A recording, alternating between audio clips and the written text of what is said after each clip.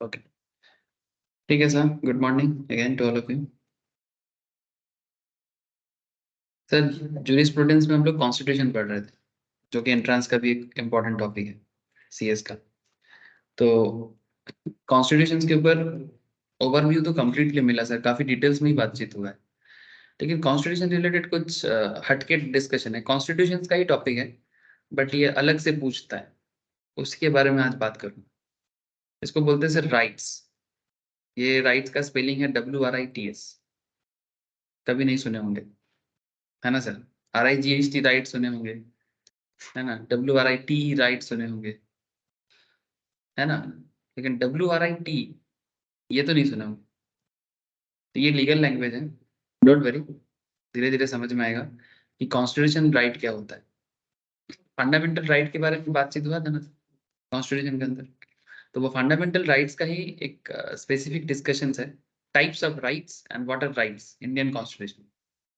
इसमें कुछ ऐसा ऐसा लैंग्वेज आपके साथ आज मैं बात करूंगा, जो लैंग्वेज सुन के आप लोग थोड़ा सा चिंता में पड़ जाओगे। मैंने इंग्लिश तो नहीं है, मैंने एक तो इंग्लिश के बहुत लोगों को दिक्कत करता है। इंग्लिश का तो छोड़ दो सर, यहाँ पर इंग्लिश का भी इंग्लिश का बाप आ जाएगा, ऐसा बात है। ठीक है। फिर लातिन फ्रेज मैंने बेसिकली फ्रेंच लैंग्वेज या फिर लैटिन लैंग्वेज यूज होगा, जो कि एक्चुअली लीगल वर्ल्ड में यूज होता है। आप कुछ कर नहीं सकते। मजा आएगा सर, लैंग्वेज से डरो मत, ठीक है, लेकिन सुन के बड़ा मजा आएगा। चलो,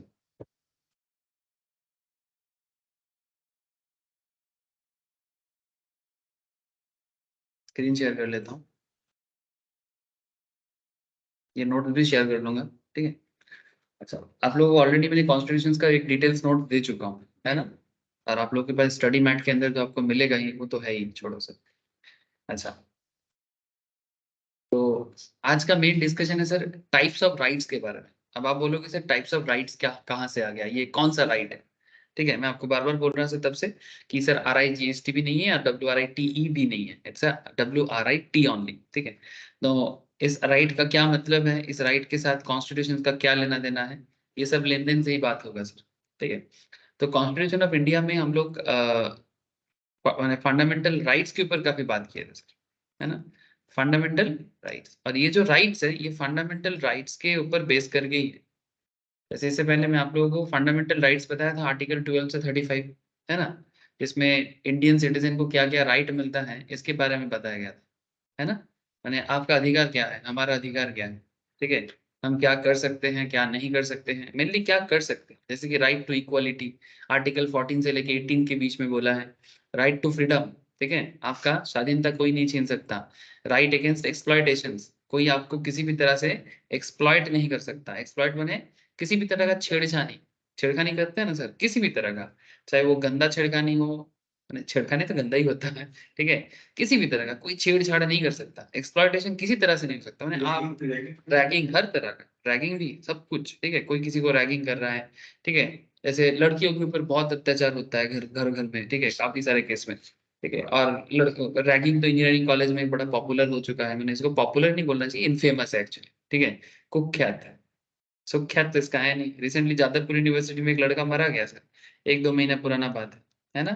बंगाली ऑनर्स का एक स्टूडेंट था, वो तो कुछ उसको छात से ऐसे धक्का लगा के फेंक दिया। तो कुछ मतलब क्या क्या हो रहा है, डेथ हो गया उसका, ठीक है। तो कोई कोई बोल रहा है कि बंगाली ऑनर्स पढ़ने के लिए जादवपुर क्यों जा रहे हो भाई, ज्यादा बंगाली ऑनर्स तो नॉर्मल कॉलेज में भी हो जाता है। लेकिन सर अब क्या करें, इसका किस्मत देखो, ठीक है। और ये जो कॉलेज में रैगिंग होता है ना, इस पे इमीडिएट इफेक्ट में बंद करना चाहिए। कॉलेज पढ़ाई का जगह है, टांग खिंचाई का जगह नहीं है, है ना। यहाँ ऐसा रैगिंग मुझे समझ में नहीं आता, करता क्या है ये रैगिंग में, और क्या जरूरत होता है। ऐसे मेरे साथ भी मैनेजमेंट कॉलेज में थोड़ा सा कोशिश किया गया था, बट मैं जगह नहीं दिया, जगह नहीं थी। जैसे ऐसे बहुत गंदा गंदा रैगिंग होता है, बट ऐसा कुछ नहीं। जैसे मेरे कॉलेज मैनेजमेंट कॉलेज में मेरे को इस तरह का, जैसे तुम सिगरेट पीते हो, तो मैं बोला नहीं, आजकल कौन नहीं पीता है, सब पीता है, तू झूठ बोल रहा है। फिर मेरे सामने सिगरेट का पूरा स्ट्रे लगा दिया, फिर बोल रहे पी पी के दिखा, सब आता है तुमको। हमें नहीं आता है दादा, बात कर रहे सीनियर से। फिर कितना भी कोशिश किया, मेरे को एक फूंक भी नहीं, तो ये कह सकते, ट्राई कर करके थक गया बोलो।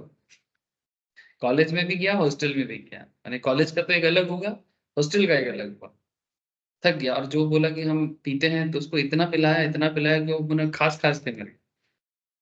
फिर डॉक्टर के पास भी लेके जाना पड़ा, खांसी नहीं बंद हो रहा है, नहीं पी, कितना पीता है पी। मतलब ये तो फिर भी थोड़ा नॉर्मल टाइप ऑफ हो गया, लेकिन ये जब यही चीज लेवल बढ़ता जाता है ना, खतरनाक लेवल पकड़ लेता है। चलो छोड़ो, वो सब अलग बात है। अच्छा, तो राइट अगेंस्ट एक्सप्लॉइटेशन, माने अगर कोई किसी को एक्सप्लॉइट करता है तो आपको राइट है कि एक्सप्लॉइट आप नहीं हो सकते, ठीक है। तो उसके बारे में आर्टिकल 23 से लेके 24 तक बताया गया है सर, ठीक है। अच्छा, right to freedom of religion, ठीक है, आप अपनी रिलीजियस प्रैक्टिस कर सकते हो सर, कोई आपके ऊपर कोई दबाव नहीं कर सकते। इवन कोई किसी को जबरदस्ती कन्वर्ट भी नहीं कर सकता। ऐसे होता है हमारे स्टेट में, मैं काफी जगह में देखा हूँ, लोगों को ना लुभाया जाता है। मैं आपको कुछ सीरियसली बता रहा हूँ, मतलब मैंने कुछ ऐसे सुना हूँ, ठीक है। जैसे कुछ ऐसे ग्रुप हैं जो बोलते हैं कि हमारे धर्म में आ जाओ, ठीक है। मैं नाम नहीं लेना चाहता क्योंकि कुछ लोगों को बुरा लग सकता है। हमारे धर्म में आ जाओ, तुम्हारे धर्म में क्या है, तुम्हारे धर्म में लोग मर रहा है, सड़ रहा है, हम तुमको बहुत पैसा देंगे, ठीक है, तुम्हारा जिंदगी अच्छा हो जाएगा। तो पैसा देने से ही सब कुछ अच्छा है, पैसा देके धर्म खरीदा जाता है, यानी लोग अपना धर्म बेच देता है पैसे के चक्कर में। कुछ ऐसे ऐसे इंस्टीट्यूशन है, even they are government registered institution. वो लोग, देखो भाई, तुम किसी को अपनी चीजों के बारे में टीचिंग दे सकते हो, अगर किसी को अच्छा लगे तो अपने मर्जी से वो उसको अपना सकता है, no issue with that. But किसी को लोभ दिखा के, गिफ्ट का या फिर पैसा देने का, इस तरह से तुम नहीं कर सकते। तो वो भी माने एक तरह का एक्सप्लॉइटेशन ही तो हुआ ना सर। और ये हमारे देश में बहुत चलता है क्योंकि गरीब बहुत है ना, और गरीबी को लूटने के लिए उसका सबसे पहले धर्म परिवर्तन करते हैं, ठीक है। तो फिर वो गरीब तुम्हारे तरफ हो जाएगा, फिर जिस दिन होगा बगावत कर लेंगे। बहुत खतरनाक सिचुएशन है, मतलब मैं बहुत सारे पॉकेट जानता हूँ, देखा भी हूँ सामने जाके भी कि क्या चलता है। इवन आसपास में ही है, ज्यादा दूर भी जाने का जरूरत नहीं है, आसपास में ही है। चलो, लेकिन फिर, लेकिन right to freedom of religion क्या कहता है? रिलीजन कहता है कि भाई हर कोई अपना धर्म एकदम सर उठा के करे, अपना पूजा, अपना जो भी उसका रिचुअल्स है, तुम अपने ऊपर वाला के साथ कैसे कनेक्ट करोगे तुम्हारे ऊपर, ठीक है। कोई प्रार्थना करता है, कोई इबादत करता है, कोई चुपचाप साइलेंट होके भगवान को या ऊपर वाले को पूछते हैं, जो भी नाम से पुकार, वो राइट कोई नहीं छीन सकता, ठीक है। लेकिन किसी के ऊपर दबाव क्रिएट करना, किसी को डराना, ठीक है, किसी को पैसा का लोभ दिखाना, ये तो एक्सप्लॉइटेशन हो गया ना। तो ये सब बहुत सारी चीजें हैं, मैं पहले भी आपको बोला। अच्छा, कल्चरल एंड एजुकेशनल राइट, आपका कल्चरल राइट्स आपसे नहीं छीना जा सकता। अगर कल्चर में मॉडेस्टी है तो कल्चर नहीं छीना जा सकता। एजुकेशनल राइट्स भी कोई नहीं छीन सकता। राइट टू कॉन्स्टिट्यूशनल रेमिडीज, ये सब बारे में हम लोग बातचीत किए हैं, ठीक है। लेकिन सर, तो फिर आज के डिस्कशन का मेन पॉइंट क्या है? चलो, ये मैं एक्चुअली जस्ट इसलिए रिपीट किया क्योंकि आज का जो डिस्कशन है, अच्छा यहाँ पर देखो, इस नोट्स के अंदर आपको ना पूरा फंडामेंटल राइट्स का एक एक पॉइंट डिस्कस किया गया है। ये देखो, right to equality article 14, article 15, ठीक है, आर्टिकल 16, आर्टिकल 17, अनटचेबिलिटी, ये देखो पूरा डिटेल्स में बोला गया अनटचेबिलिटी के बारे में। और जो छुआछूत होता था ना, छुआछूत होता था ना पर पुराने जमाने में, ऊंचा जात नीचा जात, हाँ, इसके ऊपर भी कोई ऊंचा जात नीचा जात नहीं होता, सब इंसान बराबर का होता है ना सर। इंसान तो बराबर का है, अपने अपने कर्म के ऊपर है कि तुम अगर ऊंचे पद में हो तो ऑब्वियसली वो उसका रेस्पेक्ट अलग है, तो कि जो झाड़ू लगा रहे हैं उसका रेस्पेक्ट नहीं है। बात समझ रहे हैं सर? इसके ऊपर भी बातचीत की है हम लोग। तो आर्टिकल 17 अनटचेबिलिटी के ऊपर बात करता है। इसके ऊपर एक मूवी भी हुआ है, आप लोग चाहो तो देख सकते हो, आर्टिकल 15 के ऊपर एंड 17 के ऊपर। आयुष्मान खुराना का एक मूवी है, ज्यादा पुराना नहीं है, 3-4 साल 2-3 साल पुराना होगा। आर्टिकल 15 के ऊपर ये सब मूवी नॉर्मली इतना पॉपुलर नहीं होता है क्योंकि सीरियस चीजें होते हैं ना तो सीरियस चीजें लोगों को देखने को उतना मन नहीं होता क्योंकि उसमें तो कोई हीरो हीरोइन वाला मैटर नहीं है, कोई कंट्रोवर्शियल मैटर नहीं है, वो बेसिकली समाज की किन चीजों को उठा के दिखाया गया है जो पुराने समझ में अभी भी है, ठीक है। तो ये आर्टिकल, नाम भी आर्टिकल 15 दिया है मूवी का। तो आजकल कॉन्स्टिट्यूशन को लेके काफी लोग कॉन्शियस हो गया है सर, और कॉन्स्टिट्यूशन के ऊपर उठा उठा के मूवी, सिनेमा, वेब सीरीज भी हो रहा है। आप लोग ये सब चीज देखो, मैं तो बोलूंगा देखो, देखने से आपका नॉलेज ग्रो करेगा, आपको मैं ये नहीं कहता कि मूवी आपको कुछ एकदम सब कुछ सही बताएगा, मूवी तो एक सिनेमैटिक भी फॉर्म होता है उसका, उसमें वो एंटरटेनमेंट भी करना चाहता है, लेकिन फिर भी आपके अंदर कॉन्सियसनेस तो क्रिएट होगा। जैसे शार्क टैंक से क्या सच में इंडिया में बिजनेस बढ़ जाएगा? ठीक है, शार्क टैंक एक आपको एक मोटिवेशन देगा, है ना, एक मोटिवेशन देगा कि हाँ बिजनेस करने से ऐसा होता है वैसा होता है। राइट टू फ्रीडम, हर चीज को एक यहाँ पर एक्सप्लेनेशन दिया गया है, आपको मैं ये नोट भी शेयर कर दूंगा। लेकिन आज का डिस्कशन थोड़ा अलग ही लेवल में है सर, राइट्स। चलो सर एक एक करके बात को समझते हैं, धीरे धीरे समझते हैं, जल्दबाजी करेंगे समझ नहीं पाओगे, शायद गड़बड़ हो जाए। So rights are written order from Supreme Court or High Court that commands constitutional remedy for Indian citizens against the violation of their fundamental rights. इसीलिए मैं फंडामेंटल राइट्स को फिर से चिल्ला रहा हूँ। तो राइट क्या है? एक रिटन ऑर्डर है। राइट का मतलब होता है कि रिटन ऑर्डर जब हाई कोर्ट या सुप्रीम कोर्ट या जिसके पास पावर है, यानी कोर्ट में, ठीक है, या कोर्ट के जजेस के पास, जिनके पास पावर है, जब वो रिटन ऑर्डर देते हैं कि मैं लिख के देता हूँ कि इनका फंडामेंटल राइट्स आप वायलेट कर रहे हो, नहीं कर सकते, तो उसके लिए कोर्ट से एक रिटन ऑर्डर आएगा, उस पर्टिकुलर रिटन ऑर्डर को राइट कहते हैं। समझ रहे sir? The rights are a written order from Supreme Court or High Court that commands constitutional remedy for Indian citizen against the violation of their fundamental rights. Article 32 in the Indian Constitution deals with constitutional remedy that an Indian citizen can seek from the Supreme Court of India and High Court against the violation of his or her fundamental rights. The same article give you Supreme Court power to issue rights for the information. इसमें हमको और क्या पता लगेगा कि supreme court का क्या power है, हाई कोर्ट का क्या पावर है, दोनों के पावर में डिफरेंस क्या है, जो आर्टिकल 226 में बोला है। तो इसमें जो राइट के बारे में मैं आपको अभी बात करने जा रहा हूँ, राइट का नाम सुन लो, जिसके बारे में मैं आपको थोड़ा सा वेट करा के रखा। कितना तरह का टाइप्स होते हैं देखो, नाम सुन के काफी लोग थोड़ा चिंता में पड़ जाता है।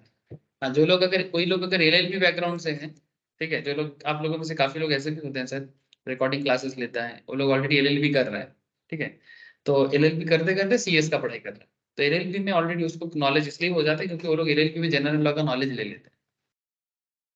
क्योंकि हम लोग ये जनरल लॉ पढ़ रहे हैं ना, जूरिस्प्रूडेंस माने जनरल लॉ बेसिकली, जो सीएस के पढ़ाई के साथ डायरेक्ट कनेक्टिविटी नहीं है। बट क्योंकि स्पेशली कंपनी सेक्रेटरी को इसके ऊपर इतना फोकस इसलिए करवाया जा रहा है कि आजकल सीएमए को भी कॉन्स्टिट्यूशन पढ़ाया जा रहा है, तो कॉन्स्टिट्यूशन पढ़ाने के लिए गवर्नमेंट भी एक्चुअली सबको बोल रही है कि कॉन्स्टिट्यूशन पढ़ाओ सब, क्योंकि कॉन्स्टिट्यूशन का नॉलेज जरूरी है। लोग अगर कॉन्स्टिट्यूशन नहीं जानेगा तो ये तो बहुत गड़बड़ हो जाएगा, इसलिए गवर्नमेंट आजकल कॉन्स्टिट्यूशन पढ़ा रहा है। तो एलएलबी स्टूडेंट ये चीज काफी डिटेल्स में पढ़ते हैं। अब आप लोगों में इतना डिटेल्स में लेके नहीं जाऊंगा, जितना हमारे सीएस के लिए जरूरी है उतना ही थोड़ा थोड़ा करके बात करूंगा सर। बट पढ़ना यहाँ पर भी काफी पड़ता है, भले आप एलएलबी नहीं कर रहे हो, पर पढ़ना यहाँ पर भी कुछ कम नहीं पड़ता, ऐसा नहीं कि बहुत कम जानेंगे तो चल जाएगा। You have to know the supreme court of India is the defender of the fundamental rights of the citizen. यानी सिटीजन का फंडामेंटल राइट को कौन डिफेंड करेगा? सुप्रीम कोर्ट डिफेंड करेगा, कि चाहे किसी का फंडामेंटल राइट कोई छीन ना सके, ठीक है। For that it is original and wide powers, इसके पास original as well as wide powers है। It issues 5 kinds of rights for the enforcing of the fundamental rights of the citizen. क्या है वो 5 writs? Habeas corpus, mandamus, prohibitions, certiorari and quo warranto. Sir English को pronounce करने में माथा खराब है, ये कैसे प्रोनाउंस कर लें? कोई बात नहीं सर, याद आ जाएगा, बड़ा हटके है ना, ऐसे वर्ड नॉर्मली कोई नहीं सुनता, है ना। तो habeas corpus, mandamus, prohibition, prohibition फिर भी इंग्लिश वर्ड ही हो गया, सर्टियोराई एंड वो वारंतो, वो वारंतो, ठीक है।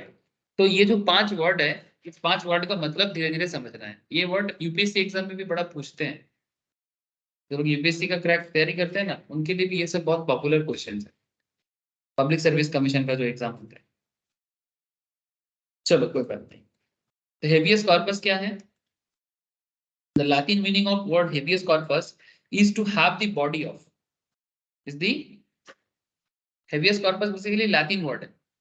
ये शब्द का मतलब होता है इंग्लिश में to have the body of this right. ये सबसे पहले ये समझो कि ये राइट कैसे यूज होता है। This right is used to enforce the fundamental right of individual liberty against unlawful detention. मैंने अगर किसी को कोई मैंने अनलॉफुली डिटेन करके रखता है, मैंने जबरदस्ती किसी को पकड़ के रखता है, ठीक है, जैसे पुलिस किसी को ऐसे उठा के लेके चला गया बिना कारण से, रख पाएगा? नहीं रख सकता। और ऐसे बहुत बार होते हैं ना, गरीब लोग फंस जाते हैं, उसको जबरदस्ती उठा के लेकर आ जाता है, तो मतलब तुम पुलिस हो बोल के कुछ भी करोगे ऐसे तो किसी, क्या होता है ना, हमारे देश में कुछ प्रॉब्लम क्या होता है, कभी कभी आप लोग देखना सिनेमा वगैरह में भी थोड़ा दिखाता है कि करप्शन कैसे होते हैं, कि जो पुलिस तो न्यूट्रल काम करना चाहिए ना, और पुलिस को न्यूट्रल भी काम करना चाहिए और सही के लिए काम करना चाहिए, लेकिन पुलिस क्या करता है, मानो कि जो पॉलिटिकल पावर में है वो लोग मानो डुप्लीकेट निकल गया, अब उसके तो हम लोगों को कुछ पता नहीं चलता है ना, वोट देते हैं फिर लाते हैं, फिर वो लोग डुप्लीकेट करेगा, तो जैसे आजकल चल रहा है वेस्ट बंगाल का हालत वैसे ही दिख रहा है ना।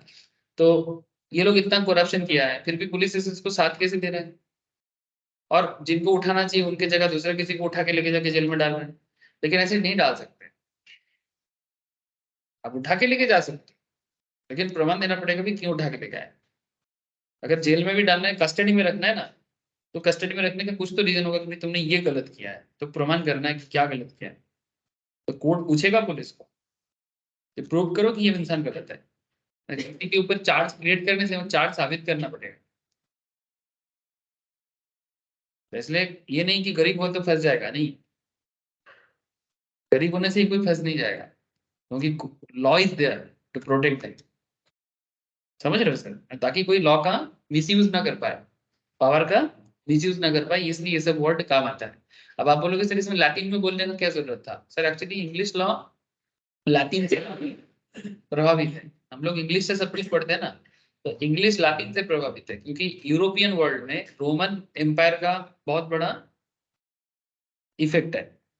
तो रोमन एम्पायर, रोमन का जो लैंग्वेज उसे लैटिन कहते हैं, ये बात मैं पहले भी क्लास में बहुत बार बोल चुका हूँ।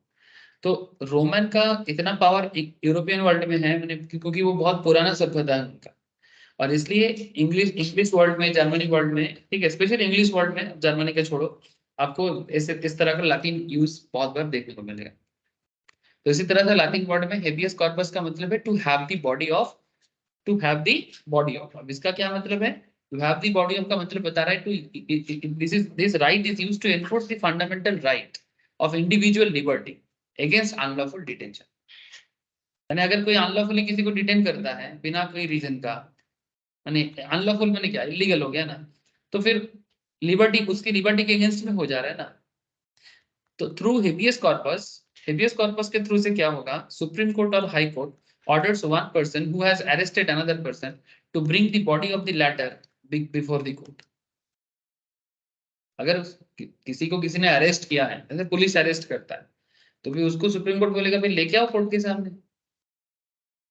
क्या गड़बड़ किया है प्रूव करो। अगर प्रूव नहीं कर पाओगे तो इसे अनलॉफुल डिटेन आप नहीं कर सकते, उल्टा जो गड़बड़ करेगा उसके ऊपर पेनल्टी वगैरह ठोकेगा। समझ रहे हो, इसलिए पुलिस के ऊपर बहुत दबाव रहता है, किसी को भी बिना कारण का जेल में नहीं डाल सकता। ऐसे नहीं कि मानो कोई कारण नहीं उठा के लेके जा सकता है, बुला सकता है कि आप एक बार बात करके जाइए, लेकिन इसे बिना कारण का किसी को भी उठा के नहीं लेके जाएगा। अगर वो गलत नहीं है तो उसको फंसना मुश्किल है, हाँ थोड़ा बहुत हैरेसमेंट कर सकता है, डरा सकता है, बट पावर नहीं है, प्रूफ नहीं कर पाएगा तो पावर नहीं है। इसलिए पुलिस को भी एविडेंस जुगाड़ करने के पीछे काफी टाइम देना पड़ता है। ऐसा नहीं कि उठा के लेके चला गया चोर को और प्रूव नहीं कर पाए तो फिर चोर छूट जाएगा। समझ में आ रहा है बात से? The facts about habeas corpus in India, the Supreme Court or High Court can issue this right against the private or public authorities.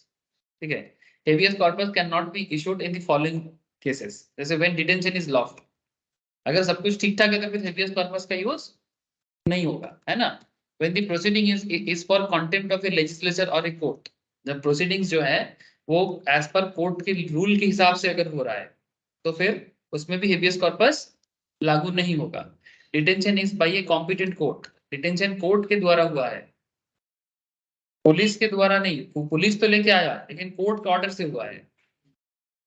कभी आप लोग सियालदह में, स्टेशन छोड़ो, सियालदह स्टेशन के बाहर सियालदह कोर्ट है, देखे हो कभी? देखा है कभी? वो डेंजर एरिया है सर, वहां पर ज्यादा देर तक खड़ा मत रहना, ठीक है। सियालदह स्टेशन से थोड़ा सा बाहर, मेन गेट जो है ना सियालदह का ऐसे एंट्रेंस, दो तीन से एंट्रेंस है उसका, बट अगर आप एकदम फ्रंट वाला जो मेन एरिया है वहां से अगर तुम एंटर करते हो सियालदह स्टेशन में, उससे थोड़ा सा पहले तुमको सियालदह कोर्ट मिलेगा। उस कोर्ट के सामने तुमको वो बेसिकली वहां पर पूरा क्रिमिनल लोगों का जगह है, मैंने वो क्रिमिनल का ही, पहले उसको क्रिमिनल को वहां पर लाया जाता है, फिर वो सियालदा कोर्ट में वहां पर एक कस्टडी है, तो वहां पर सबको पहले रखा जाएगा, अगर कोर्ट ऑर्डर देगा तो फिर उनको वहां से जेल में भेजा जाएगा। और इसलिए वहां पर ना तुम खड़ा रहना कभी भी, वो देखना, दूर से देखना, ठीक है, कि कैसे कैसे लोगों को लाता है, पुलिस का गाड़ी एकदम जोर जोर से आएगा, तो हाई स्पीड में आएगा, हाई स्पीड में निकल के जाएगा, अंदर खूब चिल्ला चिल्ली करेगा, बहुत कुछ होता रहता है, ठीक है। तो वो बेसिकली इसी तरह क्रिमिनल लोगों का जगह है पूरा, ये चोरी किया, वहां पर वो डकैती किया, किसी को खून किया, ठीक है, अटेम्प्ट टू मर्डर का केस है, ये केस है, वायलेंस का केस है, सारा दिन चलता रहता है, जो भी हो छोड़ो। तो detention is by a competent court, detention is outside the jurisdiction of the court. अच्छा, अगर कोई डिटेंशन कोर्ट के जुरिसडिक्शन के बाहर, यानी कोर्ट उसमें आ ही नहीं पा रहा है, तो इस केस में भी आप किसी को इस तरह से डिटेन नहीं कर सकते। तो हेबियस कॉर्पस कहाँ लागू नहीं होगा, ये आपको बता दें। हेबियस कॉर्पस तो तभी लागू करना है जब अनलॉफुल डिटेंशन होगा, इतना याद रखें सर, समझ रहे हो सर। जैसे हमारे यहाँ पर किसी के घर में पुलिस जाता है, साउथ इंडिया में और नॉर्थ इंडिया में कितना अंतर है देखो। साउथ इंडिया भी तो एक इंडिया है, और नॉर्थ इंडिया भी एक इंडिया है। इंडिया को अगर सिंपल तरीके से तोड़ो तो इंडिया को आप दो हिस्सों में तोड़ सकते हो, एक नॉर्थर्न इंडिया और एक साउदर्न इंडिया। तो आप अगर साउथ इंडिया को देखते हो, साउथ इंडिया में जैसे बहुत सारे एरिया हैं, केरला में, तमिलनाडु में, कर्नाटका में, स्पेशली केरला में बहुत ज्यादा देखा जाता है। वहां पर किसी के घर में पुलिस जाता है ना, तो ऐसा नहीं कि बंदा गलत किया बोल के ही पुलिस गया है, मैंने नॉट ऑलवेज, ऐसा नहीं कि पुलिस गलत करनी तो पुलिस जाएगा, ठीक है। ये साउथ इंडिया का पार्ट है, ठीक है, उड़ीसा को छोड़ दो इधर से, ठीक है, इधर से इस पार्ट में स्पेशली केरला साइड में पुलिस घर में जाता है, कोई कुछ अच्छा भी करेगा ना तो भी पुलिस जाके उसको शाबाशी दे के आता है। हमारे यहाँ पर ऐसा कल्चर नहीं है, यहाँ पर तो किसी के घर में पुलिस आ गया मैंने बंदा बदनाम हो जाएगा कि उसके घर में पुलिस आया था, आसपास में लोग चिल्लाना चालू कर देगा, फुसाफुसी चालू कर देगा, ये उसके घर में पुलिस आया है, कुछ तो गड़बड़ किया है। क्योंकि यहाँ पर, हमारे यहाँ पर अच्छा काम के लिए पुलिस कभी आता नहीं, किसी को बढ़ावा देने के लिए, उत्साह देने के लिए नहीं आता है। पुलिस तो समाज का लॉ एंड ऑर्डर को मेंटेन करने के लिए पुलिस है ना। तो अगर समाज में बहुत कुछ अच्छा चल रहा है तो उसको मेंटेन करने के लिए पुलिस क्यों नहीं काम कर पाता। बात समझ रहे हो सर। जिस दिन ऐसा होगा कि यहाँ पर पुलिस आ रहे हैं, लोगों के घर घर में जा रहे हैं, और घर में जाके शाबाशी दे रहा है कि अच्छा सोशल वर्क कर रहा है, उसको भी जाके शाबाशी दे रहा है, किसी को कुछ अवार्ड दे रहा है, किसी को थोड़ा सा उत्साह दे रहा है, तो आप समझ रहे हो समाज सुधर गया है। और जब तक ऐसा रहेगा कि पुलिस किसी पड़ा में आके जब भी जाएगा, मैंने डर डर का माहौल है, कुछ तो गड़बड़ है, इसका मतलब आप समझो कि समाज अभी भी सीधा नहीं हुआ है, समाज को सीधा होने में बहुत देरी है। तो केरला में, तमिलनाडु में कुछ एरिया में अभी भी ये सिचुएशंस बन चुका है कि पुलिस जाके पूछते हैं कि सब कुछ ठीक ठाक है कि नहीं है, लड़का लड़का लड़की लोग सब पढ़ाई ठीक ठाक से कर रहा है कि नहीं कर रहा है, स्कूल जा रहा है कि नहीं जा रहा है, बहुत सारे काम करते हैं, ठीक है। तो ये एक अच्छा है, नहीं इसका मतलब ये नहीं कि साउथ में क्राइम कम हो गया, ऐसा नहीं है, क्राइम हुआ भी है, क्राइम यहाँ भी, बट एक मैं बता रहा हूँ कि कम से कम एक सिस्टम तो बनाए कि पुलिस जाके पूछते हैं अच्छा के लिए भी। ये सिस्टम हम लोग, मुझे लगता है कि ये सिस्टम बाकी पूरे भारत में भी लागू होना चाहिए। क्या सर, सिस्टम अच्छा है कि नहीं सर, अच्छा है। तो वही सिस्टम, तो अनलॉफुल डिटेंशन के अगेंस्ट में नॉर्मली हेबियस कॉर्पस का यूज किया जाता है, और वो हेबियस कॉर्पस का राइट किसके पास होता है, कोर्ट के पास होता है, क्योंकि कोर्ट उसमें रिटन ऑर्डर दे देते हैं कि भाई आप इसको अनलॉफुली डिटेन नहीं कर सकते। अगर पुलिस कोर्ट में प्रेजेंट नहीं किया, पुलिस प्रेजेंट नहीं करेगा तो और बड़ा गड़बड़ हो जाएगा, तो और बड़ा गड़बड़ हो जाएगा, तुम किसी को ऐसे पकड़ के नहीं रख सकते। सपोज वो जो क्रिमिनल है उसको मैंने आइडिया नहीं है सर, ये सब लॉस का। हाँ, क्रिमिनल को कैसे आइडिया होगा, लेकिन अगर किसी के, मानो कि कोई पुलिस, देखो पुलिस किसी को उठा के लेके जाएगा तो पुलिस को भी तो चिंता है ना, जैसे मानो इसमें एक ही, वो सब करप्शन हो जाता है, पॉलिटिकल पावर के थ्रू से होता है, ठीक है। कि मानो पॉलिटिकली पुलिस को बोला जा रहा है कि तुम उसको कस्टडी में, पुलिस कस्टडी में रखो, ठीक है, कोर्ट में पेश मत करो। तो ये पुलिस तब तक करेगा, पुलिस अपने पॉकेट से तो खर्चा देगा, उसको तो जिंदा रखना पड़ेगा, मरेगा तो फिर और फंसेगा ना। तो खाए, खाना कहाँ से खिलाएगा, पुलिस के खाने में कितना पैसा होता है, ठीक है। तो फिर वो खाना, वो उसको जो खाना खिलाया जाएगा उसको तो जिंदा रखना पड़ेगा ना, तो उसका खर्चा कौन देगा।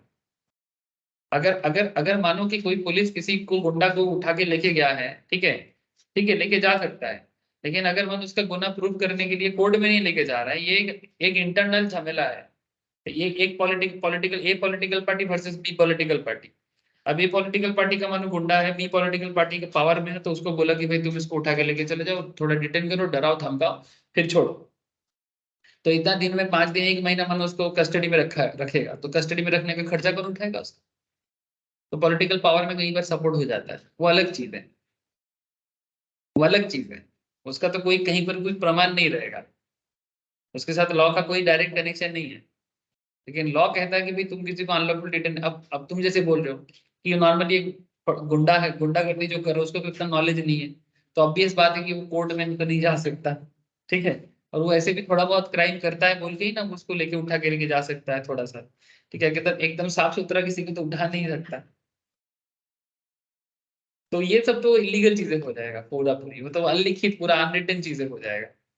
लेकिन अगर कोई किसी को ऐसे भी उठा के लेके जाएगा तो फिर उसको सिंपल बात है कि भाई पुलिस को एक सर्टेन टाइम के अंदर कोर्ट में पेश करना पड़ेगा, कोर्ट में लाएगा, फिर कोर्ट जैसे सियालदा कोर्ट में ये सब केस ज्यादा चलता है। पुलिस पकड़ा, फिर उसको कोर्ट सियालदा कोर्ट में लाओ, फिर उसका प्रमाण ठीक करो, क्योंकि बहुत लोग ऐसे मैंने बिना कारण का भी फंस जाते हैं, बहुत केस ऐसे भी निकल जाते हैं। ये जो क्रिमिनल वर्ल्ड है ना, और क्राइम पुलिस, ये वर्ल्ड बहुत ही सेंसिटिव है। कई बार जो गुनेगार है वो फंसते हैं, कई बार ऐसे भी होते हैं जो गुनेगार नहीं है, जो गुनाह नहीं किया वो भी फंस जाता है, और सिचुएशंस भी काफी सेंसिटिव हो जाते हैं। तो इस तरह का सिचुएशन को डील करना बहुत मुश्किल होता है। इसका एक ही उपाय है सर, समाज को सही तरह से एडुकेट होना, डिग्री में नहीं। केरला इतना एडुकेटेड है, मैं केरला का एक अच्छा चीज आपको बोला, लेकिन केरला का एक बुरा चीज भी जान, सबसे ज्यादा क्राइम केरला में होता है,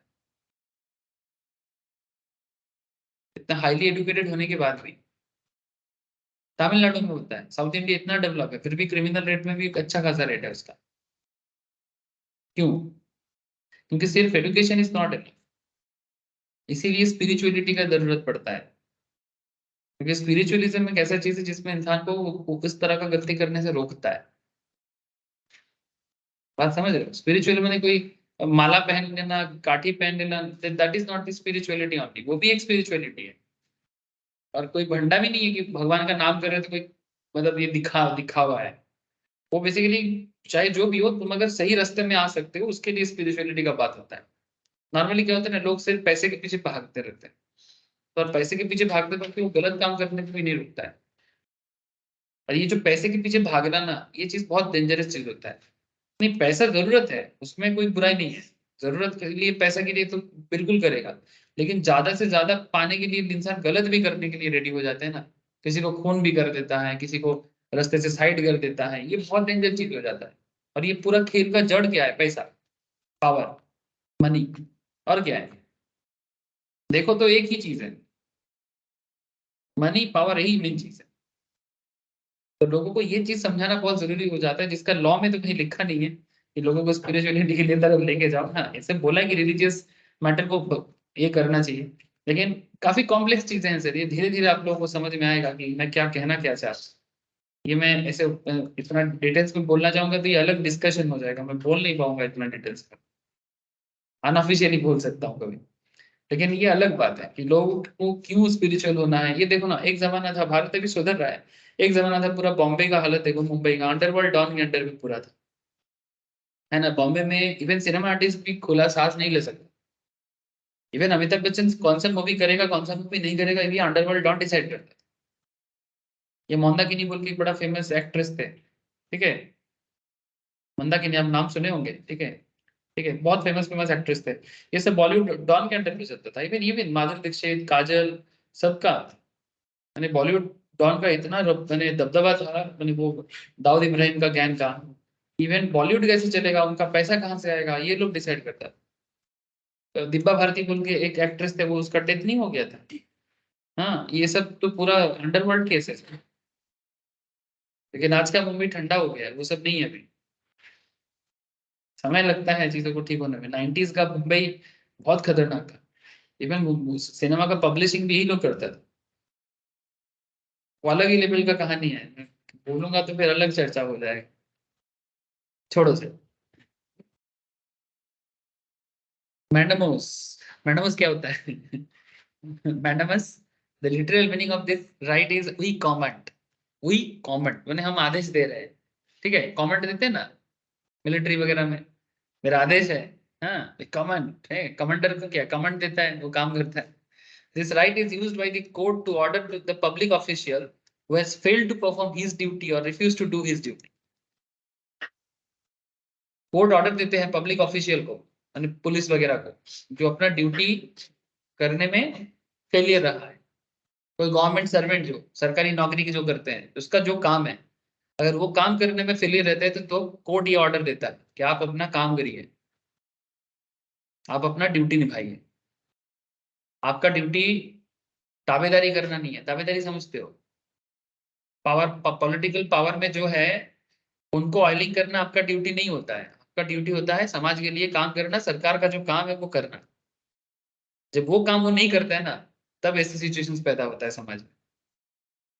जैसे सिंपल बात करते हैं, कोई एक्टर का बेटा हो या एक्ट्रेस का, अगर नॉर्मल लोगों का बच्चा लोग ड्रग्स के साथ पकड़ा जाएगा तो उसका क्या हालत होता है, लेकिन सुपर पावर में कोई बच्चा का अगर ड्रग के साथ पकड़ा जाता है तो उसी बंदे का जॉब छूट जाता है। नाम नहीं लूंगा, समझ रहे हो आप लोग, गलत बात है ना सर।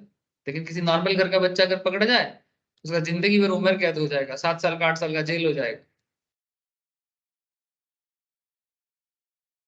लॉ सबके लिए बराबर होना चाहिए ना, पैसे वालों के लिए लॉ अलग, ज्यादा पैसे वालों के लिए लॉ अलग, ऐसे नहीं होना चाहिए। एक लड़का का नाम लेना चाहिए एक इंसान का, संजय दत्त, बंदा फंसा था बहुत जोर सा, वही वही उसी गैंग के अंदर, वही दाऊद इब्राहिम का गैंग के अंदर ही फंस गया था। उसके पास बॉम्बे में ऐसे हालत था कि वो मैंने उसको, उसके पास बंदूक नहीं था, और वो थोड़ा गैंग में फंस गया था, थोड़ा सब ड्रग्स वगैरह ये सब चक्कर में फंस गया था।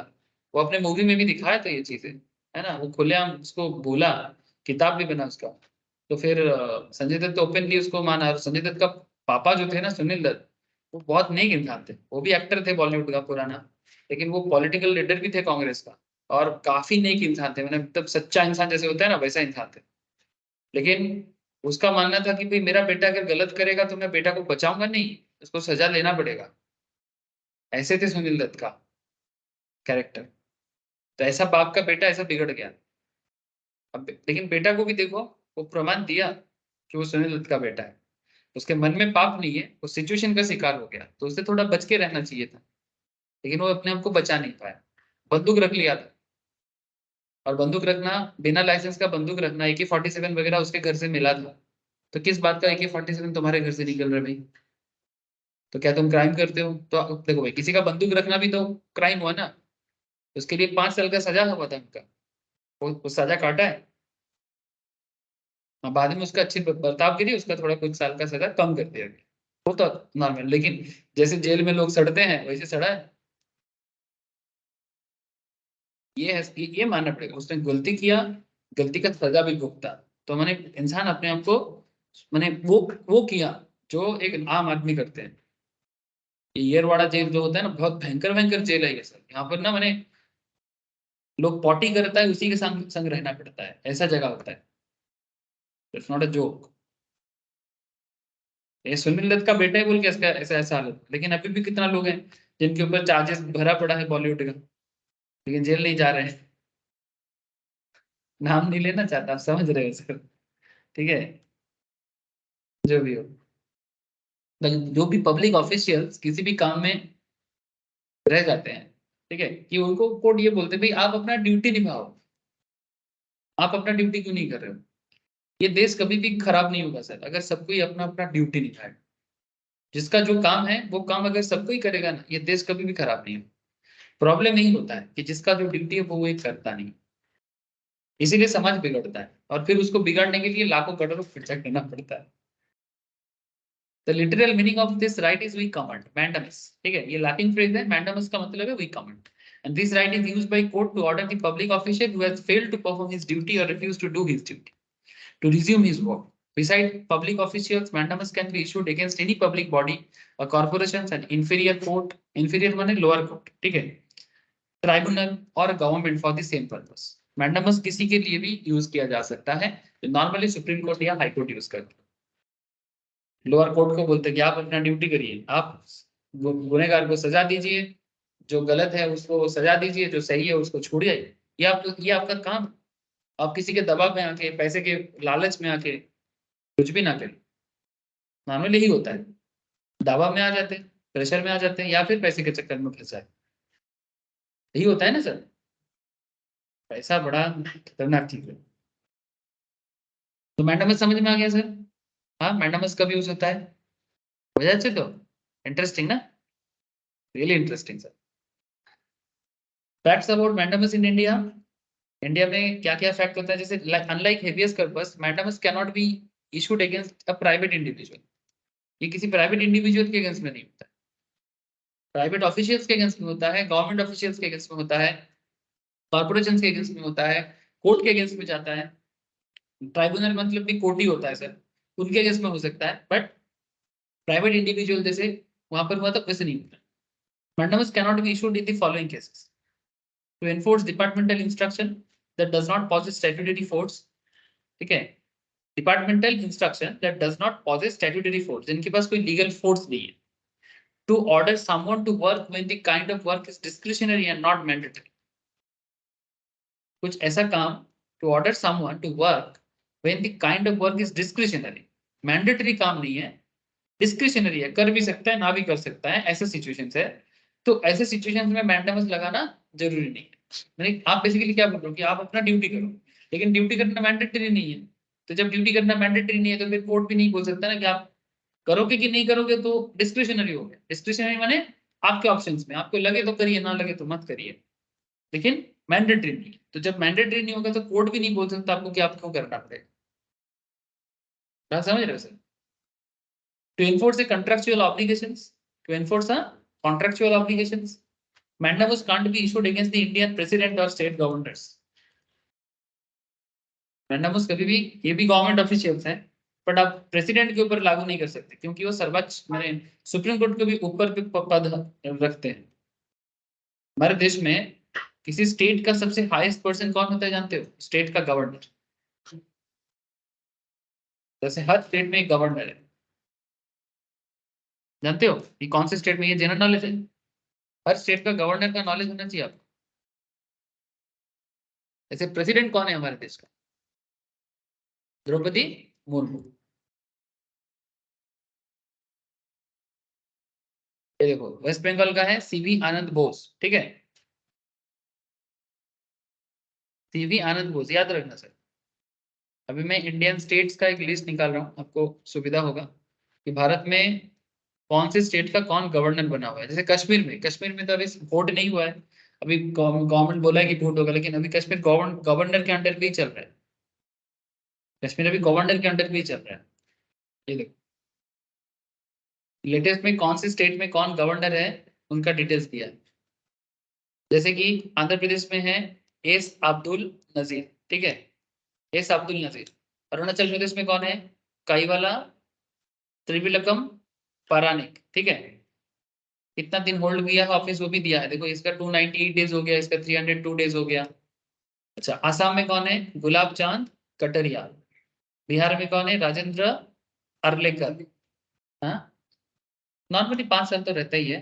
बाकी अगर गवर्नमेंट किसी कारण से ये इसका पूरा, ये स्टेट में जो गवर्नर होता है ना, एक्चुअली सेंट्रल का, ये भी आप लोगों के कॉन्स्टिट्यूशन का ही एक पार्ट है। ये गवर्नर एक्चुअली सेंट्रल गवर्नमेंट का ही एक हिस्सा है, जो स्टेट में रिप्रेजेंटेटिव के रूप में होते हैं। ये गवर्नर किसी, ये ममता बनर्जी के, जैसे सीवी आनंद बोस, ठीक है, वेस्ट बंगाल का गवर्नर है, ये ममता बनर्जी के कहने पे काम नहीं करेगा, ये सेंट्रल के कहने पे काम करेगा। गवर्नर ममता दीदी से ऊपर है, किसी भी स्टेट के सीएम से ऊपर है, समझ रहे थे? उसका पावर ज्यादा है, वो चाहे तो बहुत कुछ कर सकता है। अगर स्टेट हद से, माने हद से ज्यादा करप्टेड हो जाते हैं या हद से ज्यादा इनडिसिप्लिन हो जाते हैं, तो ऐसी सिचुएशंस में गवर्नर का बहुत रोल प्ले होता है। लेकिन मुश्किल क्या होता है, गवर्नर का लोकल सपोर्ट नहीं रहता है, क्योंकि गवर्नर को कोई ऐसे जानता नहीं। आप लोग जानते थे, नॉलेज रखना चाहिए ना।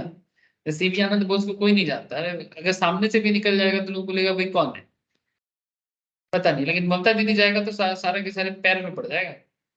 हाँ, दीदी चौरों ने धुली दिया था।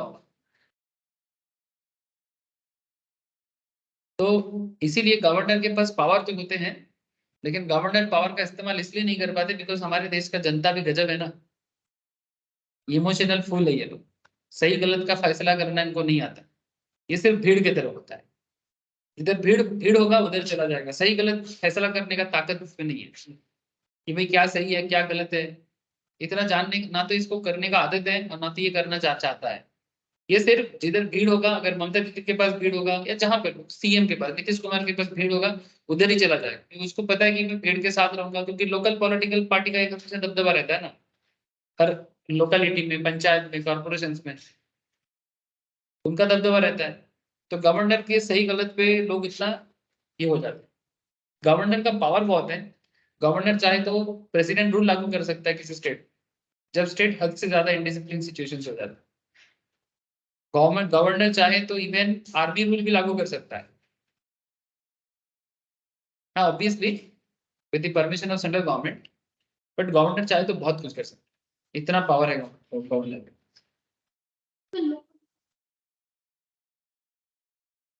नहीं नहीं, किसी लोकल लोगों का कोई वोट का जरूरत नहीं होता है, गवर्नर इतना पावरफुल होता है। गवर्नर ये सेंट्रल गवर्नमेंट इलेक्ट करके भेजता है, ये बेसिकली सेंट्रल गवर्नमेंट का रिप्रेजेंटेटिव है स्टेट, हर स्टेट में जो गवर्नर का लिस्ट देख रहे हो ये सारे के सारे सेंट्रल का एजेंट है। ये सिर्फ अगर जवाब देगा तो प्रेसिडेंट को देगा,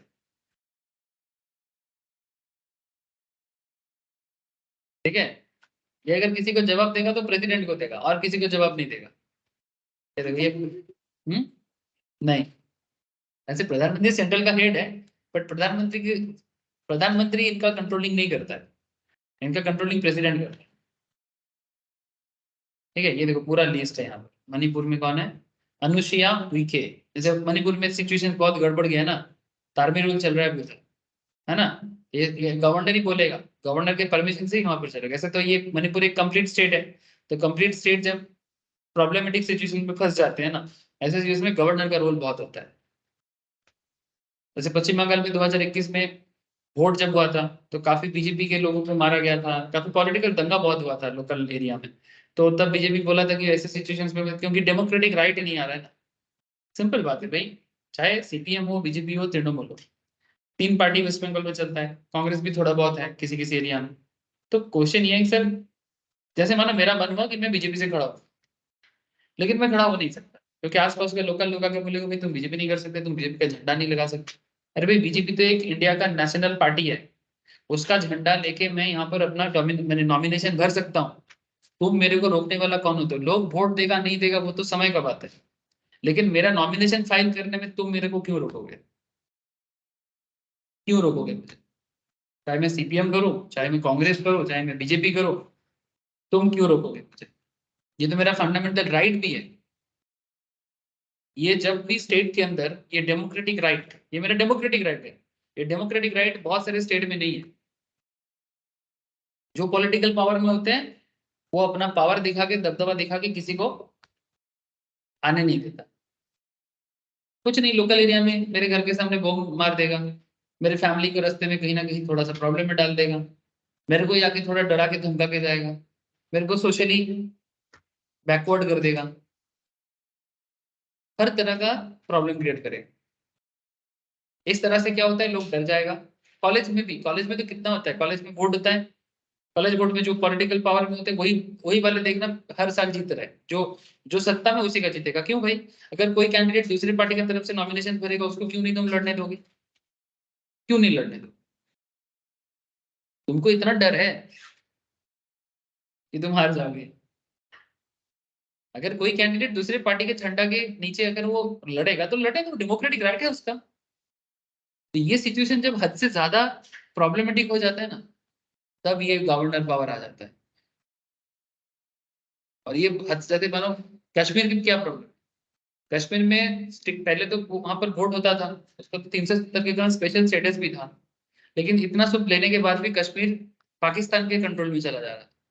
पाकिस्तानी बाहर बैठ के डिसाइड कर रहा था कि कश्मीर के अंदर क्या हो, कश्मीर के लाल चौक में कौन सा झंडा लहराएगा, पाकिस्तानी डिसाइड कर रहा था। कश्मीर के अलग अलग जगह में क्या पढ़ाया जाएगा, कश्मीर का लोकल स्टेटस क्या होगा। उन्हें पाकिस्तानी और कश्मीरी कुछ लीडर्स मिल गए और लोकल लोगों के अंदर भी भड़कावादी चालू हो गया है। तो ऐसे हालत में अगर गवर्नर रूल या फिर प्रेसिडेंट रूल लागू नहीं करेंगे तो फिर किस तरह से स्टेट को कंट्रोल कर पाएंगे। मणिपुर का सिचुएशन देख लो, 2 ट्राइब के बीच में लड़ाई, तो स्टेट संभाल नहीं पाया। तो जब स्टेट नहीं संभाल पाएगा तो फिर प्रेसिडेंट रूल। समझ रहे हो सर? तो ऐसे पश्चिम बंगाल में जो प्रॉब्लम हुआ था वो थोड़ा बहुत था, लेकिन हर बात में हर जगह में प्रेसिडेंट रूल लागू नहीं कर सकते। तब तो जीना नहीं, मैंने जीना मतलब प्रेसिडेंट रूल मैंने समझते हो आप लोग, आर्मी रूल कैसे होते हैं जानते हो? प्रेसिडेंट रूल में मतलब हम लोग रास्ते में निकलेंगे ना तो ऐसे हाथ खड़ा करके जाना पड़ेगा, ऐसा है। हाँ, 144 धारा लागू हो जाता है, तो हमेशा ऐसे करके जाना पड़ेगा। मतलब तुम्हारे हाथ में कोई ना तो पत्थर है, ना तो बंदूक है, ना तो लाठी है, पॉकेट में भी कुछ नहीं रहना चाहिए। वैसा सिचुएशन हो जाता है। तभी होता है जब स्टेट कंट्रोल के बाहर हो जाता है। लास्ट में एकदम लास्ट, लास्ट ऑप्शन, जब कोई उपाय नहीं होगा तब। उससे पहले जब तक सांस है तब तक नॉर्मल में ही चलना चाहिए। और इसलिए देखना कभी ऐसा नहीं होता, जैसे मणिपुर में लास्ट ऑप्शंस में किया, कोशिश कर रहा था कि संभाल ले संभाल ले संभाल ले, लेकिन हद से ज्यादा बिगड़ गया, तब जाके कंट्रोल लेगा, अदरवाइज नहीं। इस तरह से हर जगह को अगर प्रेसिडेंट रूल लागू कर देंगे तो फिर मैंने देश चलाना मुश्किल हो जाएगा, खर्चा बढ़ जाएगा। तो फिर बॉर्डर खाली करेंगे क्या? बॉर्डर तो खाली नहीं कर सकते। उधर बॉर्डर खाली कर देंगे, चाइना मस्ती में आ जाएगा, देखो सब गए अंदर संभालने, हाँ चलो हम ले लेते हैं, लूट लेते हैं बॉर्डर। काफी जॉब देना पड़ेगा, अब इतना जॉब देगा तो फिर कंट्री तो दिवालिया हो जाएगा।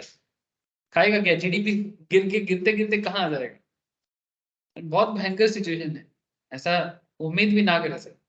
बस इतना उम्मीद करें कि डेमोक्रेटिक राइट, पब्लिक को सुधारना पड़ेगा। अगर पब्लिक एक हो जाए ना कि भाई नहीं, सबका डेमोक्रेटिक राइट होने दो, ये पब्लिक के ऊपर डिपेंड करता है। पॉलिटिकल पावर इतना बड़ा पावर नहीं है, पब्लिक पावर देता है। अगर पब्लिक हम लोग वापस में सही रहेंगे ना तो कौन क्या बिगाड़ लेगा? भाई सबका डेमोक्रेटिक राइट है, एक बार चिल्ला के बोलो ना सही, मिलके एक बार चिल्ला के सबको ही बोलो कि भाई इसको नॉमिनेशन भरने दो। लेकिन पब्लिक का ही मुश्किल है, ये लोग ना मैंने चमचा टाइप होते हैं। हम लोग बोलेंगे ही नहीं, और इसीलिए ये पॉलिटिकल लोगों को इतना मैंने डेमोक्रेसी को खत्म करने का इतना पावर है। डेमोक्रेसी में, इंडिया डेमोक्रेटिक कंट्री है ना, डेमोक्रेसी पे पब्लिक सीरियसली राजा है, लेकिन पब्लिक को अपने पावर के बारे में पता ही नहीं। ये जो हमारे देश का आज हालत है ना, जहां भी जितना खराबी है, इसका जिम्मेदार हम ही लोग हैं। डेवलपमेंट नहीं हुआ, पैसा कमती है, गरीबी है, हम लोग दोष दे देते हैं पॉलिटिकल लीडर को। दोष खुद को देना चाहिए कि हम लोग के अंदर उतना साहस नहीं जुटा पाए, कभी गलती के अगेंस्ट में बोल नहीं पाए।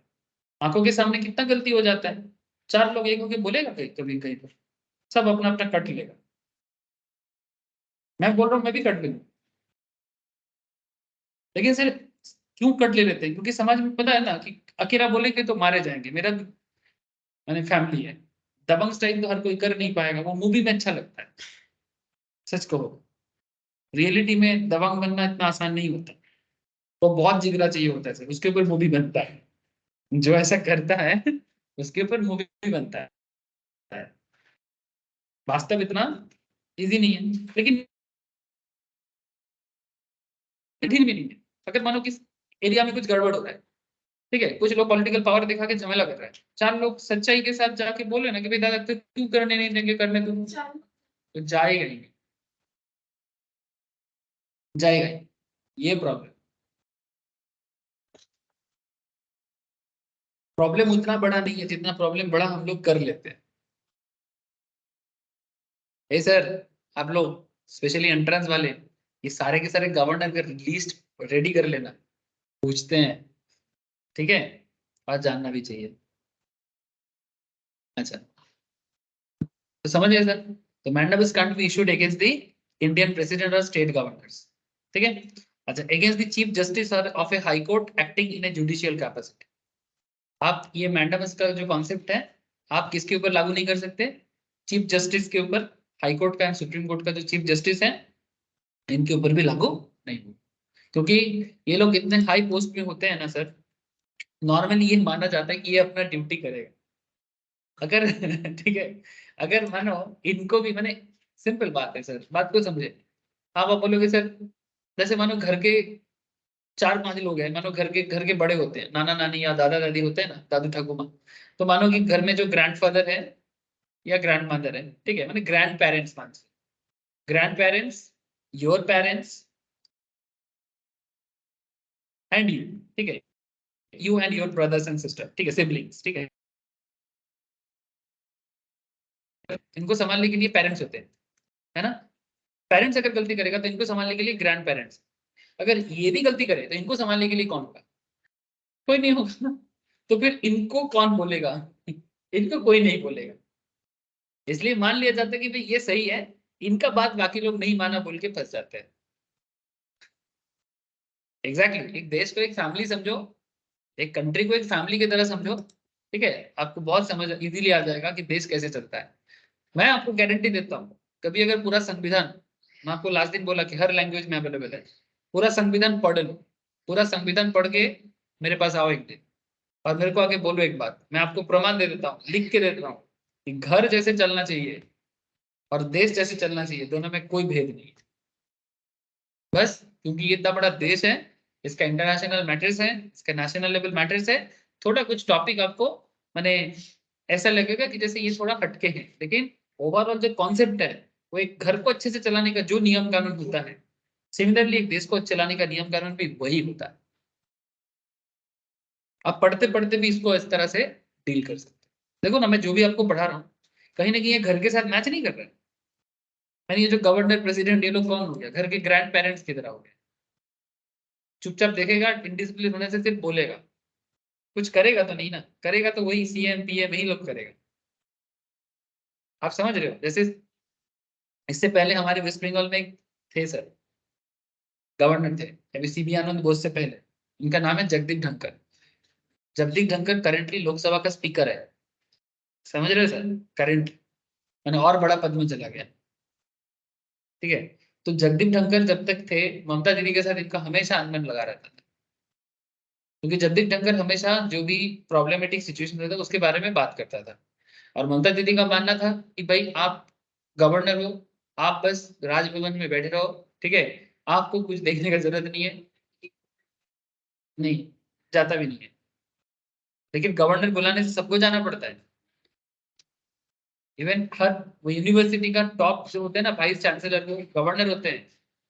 इस बार तो ऐसा हुआ, जब जगदीप धनखड़ जी थे यूनिवर्सिटी में विजिट कर रहे हैं वो, ठीक है, और सारे के सारे प्रिंसिपल को ऑर्डर दिया गया था, यूनिवर्सिटी प्रिंसिपल को, कि आप लोग कॉलेज छोड़ के चले जाओ। धनखड़ जी जाके चुपचाप बैठा है, कोई नहीं है वेलकम करने के लिए। सोचो, इतना भयंकर डिसरेस्पेक्ट आपको कहीं सुने हो आपने? मैंने बेसिक मैनर तक नहीं है। ये हमारे स्टेट का हेड है, चलाते हैं।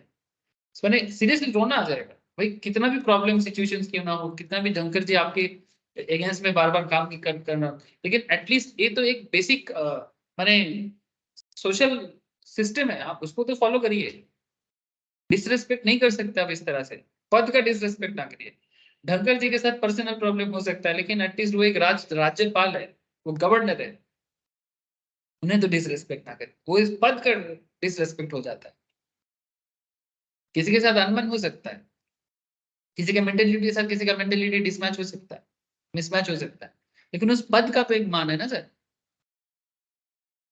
इतना प्रॉब्लम हुआ लास्ट में, तो जगदीप धनखड़ का टर्म खत्म होने से पहले उनको यहाँ से, क्योंकि इतना प्रॉब्लम हो रहा था कि बात बात में झगड़ा झटी हो रहा था, फिर लास्ट में सेंट्रल बोला भाई आप आ जाओ, आपको मैं एक बेटर पोस्ट देता हूँ, ठीक है। धनखड़ जी बोला नहीं हम नहीं जाएंगे, लेकिन वो बोल नहीं सकता, ठीक है, क्योंकि देखो वो गवर्नर है, वो पुलिस, वो चाहे तो सेंट्रल फोर्स का पावर यूज कर सकते हैं, पर स्टेट पुलिस को वो कंट्रोल नहीं कर पाएगा, क्योंकि वो तो ममता दीदी के बातों पे चले। मैं आपको फैक्ट बता रहा हूँ, जो मैं देख रहा हूँ वही मैं बता रहा हूँ। मैंने मेरे हिसाब से भाई, बड़े छोटे का सम्मान करेगा, छोटा बड़ा का सम्मान करेगा, ये बेसिक नेचर होता है, लेकिन यहाँ पर तो वो भी नहीं है। ऐसे हालत में स्टेट का दिन दिन खराब ही हालत होगा, अच्छा तो कभी नहीं हो सकता। अभी रिसेंट जो गवर्नर आया है, ये मैं सुन रहा हूँ कि ममता दीदी का हर बात मान रहा है। जो भी हो, पता नहीं सर, ये सब इसके पीछे पॉलिटिकल मैटर्स भी होते हैं, तो मैं ज्यादा नहीं बोलूंगा। तो ये आपको समझ में आ गया सर कि मैंडामस क्या है और मैंडामस किसके ऊपर लागू होता है और किसके ऊपर लागू नहीं। प्रोहिबिशन क्या है sir? The literal meaning of prohibition is to forbid. ठीक है, फॉरबिट इसका मतलब होता है फॉरबिट कर। फॉरबिट मतलब, हाँ फॉरबिटन माने क्या है? मना है, मना है ना। हाँ, रेस्ट्रिक्टेड, वही है प्रोहिबिशन। जैसे कहीं पर घुसना मना है तो क्या बोलते हैं? Prohibited area. Forbid, forbidden in law, forbid माने ये करना मना है, फॉरबिडन। ठीक है, तो इसको फॉरबिड बोलते हैं। A court that is higher in position issue a prohibitions right against the court that is lower in positions to prevent the latter माने lower court from exceeding its jurisdiction or aspiring a jurisdiction that it does not possess. It directs inactivity. माने simple बात है कि बड़ा court छोटा court को order देते हैं कि आप अपने पावर के ऊपर काम ना करें, उसको प्रोहिबिट करते हैं, उसको रोकते हैं। Facts about prohibition in India. Right of prohibition can only be issued against judicial and quasi-judicial authorities. It can't be issued against administrative authorities, legislative bodies and private individuals or bodies. ये सिर्फ judicial matter में, माने higher court lower court के ऊपर ही करता है, तो official matter पे कोर्ट ऐसा नहीं कर सकता। जैसे हाई कोर्ट अगर चाहे तो जज कोर्ट में कर सकता है, दायरा कोर्ट में कर सकता है, डिस्ट्रिक्ट कोर्ट में कर सकता है। समझ में आ रहा है? सुप्रीम कोर्ट हाई कोर्ट कर सकता है, but normally high court state का हेड होता है ना। हाई कोर्ट स्टेट का हेड होता है, सुप्रीम कोर्ट कंट्री का हेड होता है। ठीक है, तो उनके बीच में एक नॉर्मली चलता रहता है, बट नॉर्मल बात ऐसा है, आप बोल सकते हो ठीक है कि higher court always lower court को इस तरह का डायरेक्शन दे सकते हैं कि आप अपने जुरिसडिक्शन को एक्सेड नहीं कर सकते। ठीक है, तो this is the prohibition concept. Another thing is certiorari. Sir ये क्या होता है सर्टियोरराई? Certiorari. Literal meaning of right of certiorari is to be certified. ठीक है, इसे देखो ये लातिन है, ये इंग्लिश है, ये सर्टिफाइड। सर्टिफाइड हम लोग इंग्लिश में बोलते हैं, ठीक है, सर्टियोरराई लातिन में बोलते हैं। लैंग्वेज माने माने कनेक्शन है। ठीक है, to be informed, to be certified माने टू बी इन्फॉर्म्ड। बताओ, this right is issued by a court higher in authority to a lower court और ट्राइब्यूनल। ट्राइब्यूनल जैसे नॉर्मली कंपनी लॉ ट्राइब्यूनल, ऐसे हम लोग लॉ में पढ़ते हैं ना, हाँ एनसीएलटी एग्जैक्टली सर, किसी भी तरह का ट्राइब्यूनल होता है। तो a court higher in authority to a lower court और tribunal ordering them either to transfer a case pending with them to itself or quash their order in a case. It is issued on the grounds of an excess of jurisdiction or lack of jurisdiction or error of law. It not only prevents but also cures for the mistakes in the judiciary. मतलब ये जो to be certified का concept है, to be informed सर्टियोर right, ये right कैसे use करते हैं? ये बेसिकली अगेन वही कॉन्सेप्ट है, हायर अथॉरिटी का जो कोर्ट होते हैं वो लोअर कोर्ट को या ट्राइब्यूनल को क्या ऑर्डर करते हैं? To transfer a case pending with them, जो केस उनके पास पेंडिंग है उसे इनको सर्टिफाई करते हैं हायर अथॉरिटी को टू इटसेल्फ। ठीक है, विद देम टू इटसेल्फ और quash their order in a case. It is issued on the grounds of an excess of jurisdiction और लैक ऑफ जुरिसडिक्शन एरर। माने बेसिकली जब lower court किसी problem का सुलह नहीं कर सकता तो ऑटोमेटिकली वो हायर अथॉरिटी में चले जाते हैं। ठीक है, तो इस सिस्टम को यहाँ पर बोलते हैं certiorari writ. It not only prevents but also cures for the mistakes in the judiciary. मैंने लोअर कोर्ट में जो नहीं कर पाया वो हायर कोर्ट कर सकता है, क्योंकि उसके पास बेंच है, उसके पास हाई नॉलेजेबल पर्सन है। ठीक है, यही होता है ना कि इसीलिए बोलते हैं कि अगर आपको लोअर लेवल कोर्ट में आपको नहीं मिलता है आपका जो भी मैंने ऑब्जेक्टिव, मैंने बेसिकली आपको क्या बोलते हैं इसको,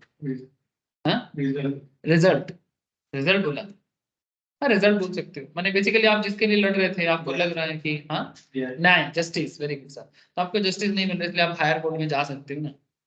ठीक है, पहले आप डिस्ट्रिक्ट कोर्ट में लड़े, डिस्ट्रिक्ट कोर्ट में नहीं हुआ, फिर आप हाई कोर्ट में गए, हाई कोर्ट में नहीं हुआ तो फिर आप सुप्रीम कोर्ट में गए, सुप्रीम कोर्ट में भी नहीं हुआ तो आप कहाँ जाओगे, और कोई जाने का जगह नहीं है। बड़ा केस में प्रेसिडेंट का रोल प्ले हो जाता है। जैसे फांसी वगैरह के केस में प्रेसिडेंट के पास लास्ट मौका होता है कि प्रेसिडेंट चाहे तो फांसी को बंद रद्द कर सकते हैं। आप रिक्वेस्ट डाल सकते हो प्रेसिडेंट के पास।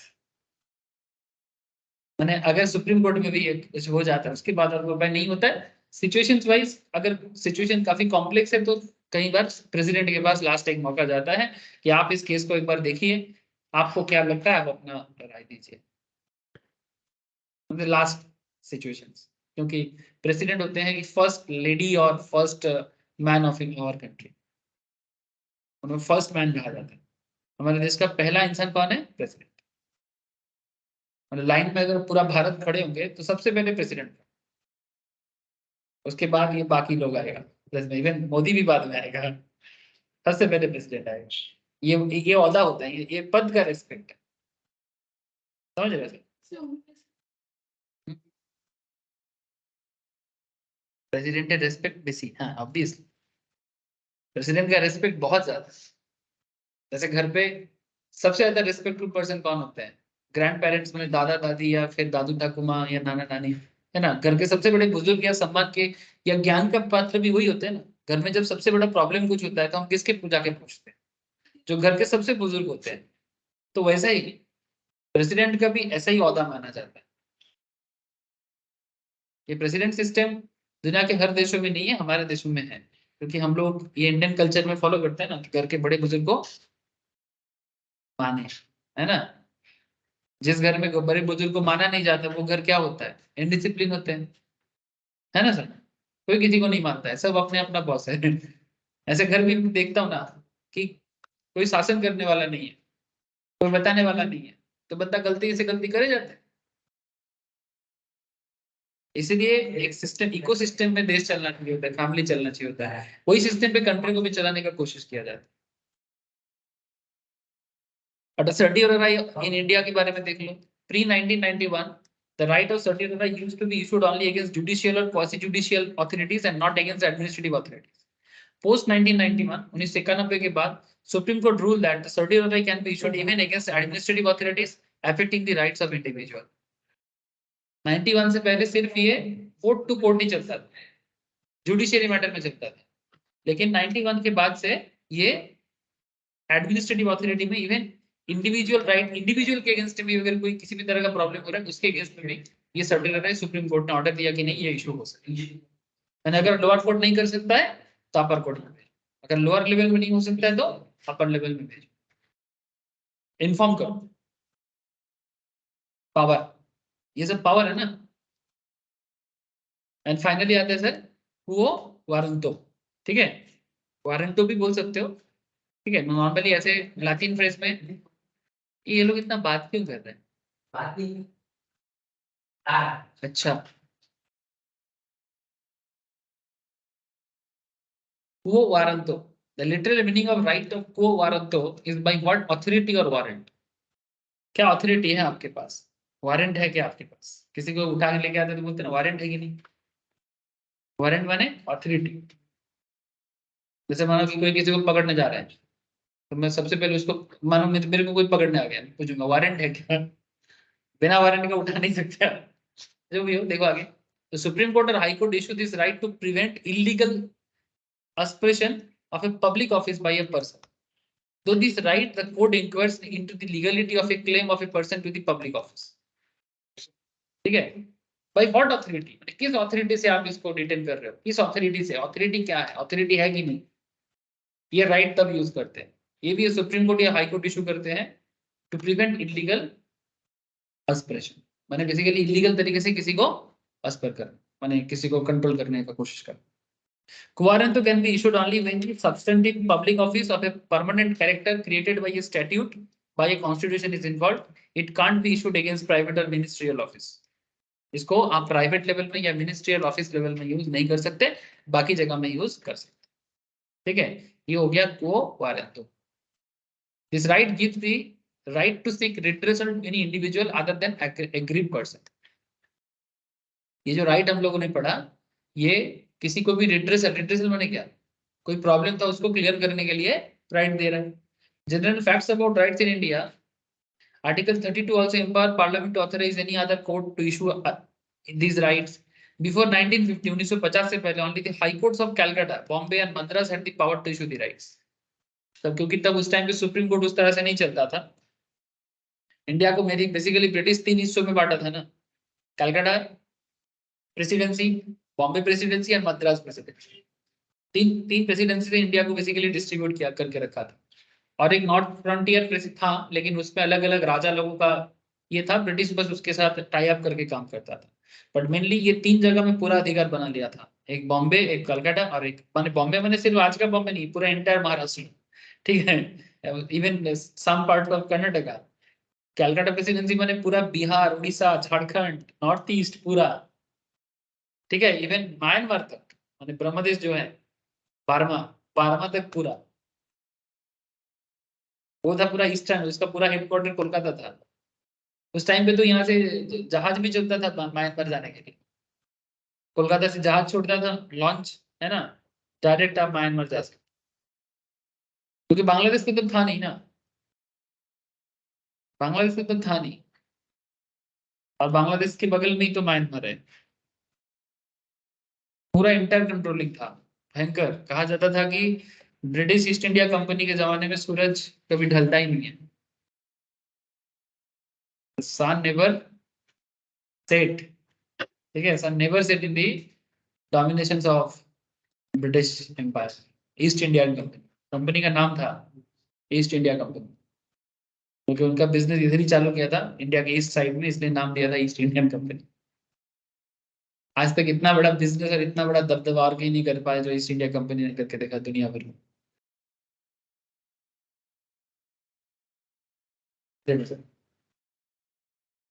ये जो भी आपको मैं बोला, article 220 empower all the high courts of India to issue the writs of India are borrowed from English law where they are known as prerogative rights.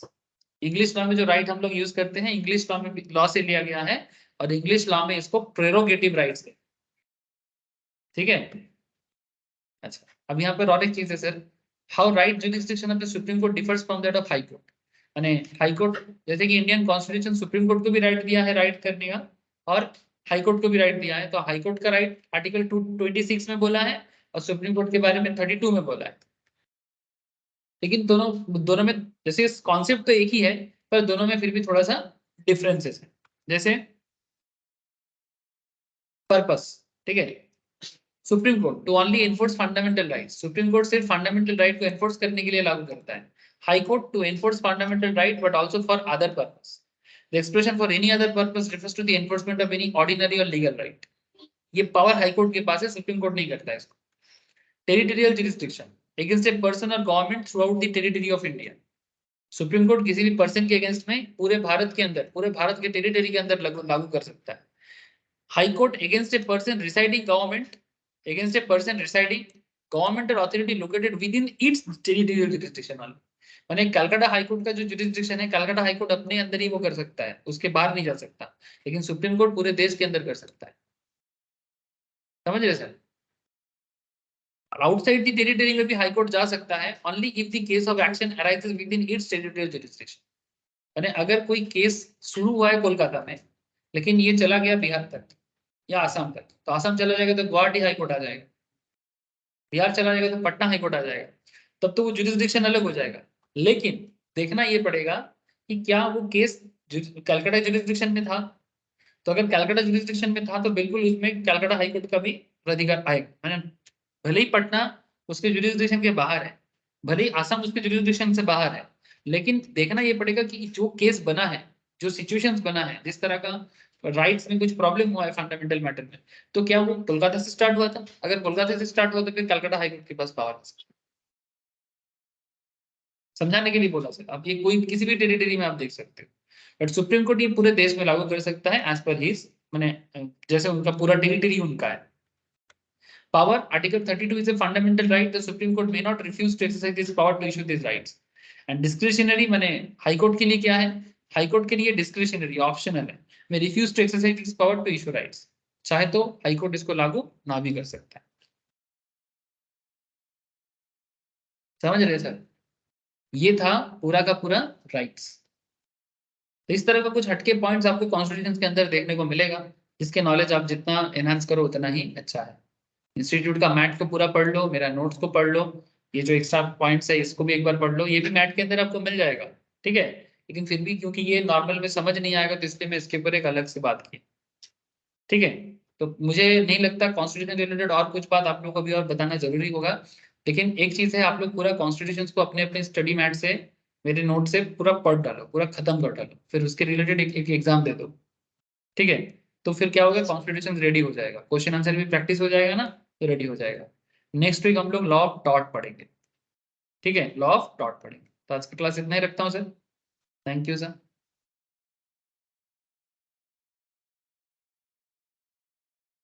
Line में कोई है क्या?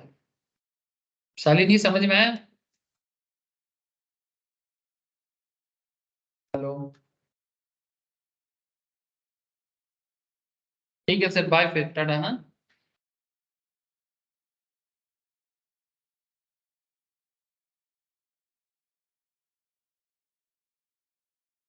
टेस्टेड कॉपी कारण ही चेक